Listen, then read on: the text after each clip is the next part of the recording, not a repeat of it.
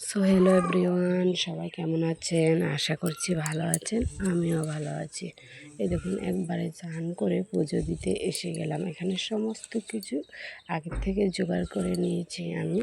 তারপরে দেখুন, ফুল, তুলসী পাতা, সমস্ত কিছু একে একে, পান, সুপারি, দুব্বা, আমসুই পাতা, যাই লাগে সব।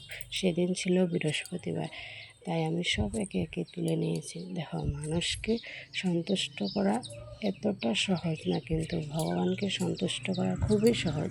তুমি যেটাই দেবে মন থেকে, সেটাই ভগবান সন্তুষ্ট হয়। যাই হোক, বলতে বলতে এখানে ঠাকুরকে চন্দন দিয়ে এখানে শিবকে জল ঢেলে দিলাম। তারপরে যে এখানে বৃহস্পতিবার ছিল, ঘরটাকে একটু সাজিয়ে নিচ্ছি। তারপর ঘরটাকে একটু বসিয়েও দিলাম। তারপর গোপাল ঠাকুরকে ফুল আর তুলসী পাতা দিয়ে দিলাম, লক্ষ্মীনারায়ণকে দিয়ে দিলাম। তারপরে যে শিবলিঙ্গ দিয়ে দিলাম। তারপর আরেকটা শিবের, আর এখানে একে একে সমস্ত ঠাকুরকে আমি ফুল, তুলসী পাতা দিয়ে একেবারে ঠাকুর দিয়ে রেডি করে নিয়েছি।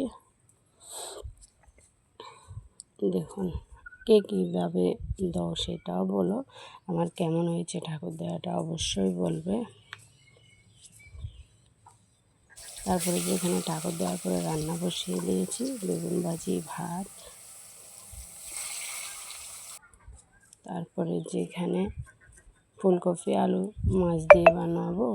তারপরে এখানে এই যে লতি আর মাছ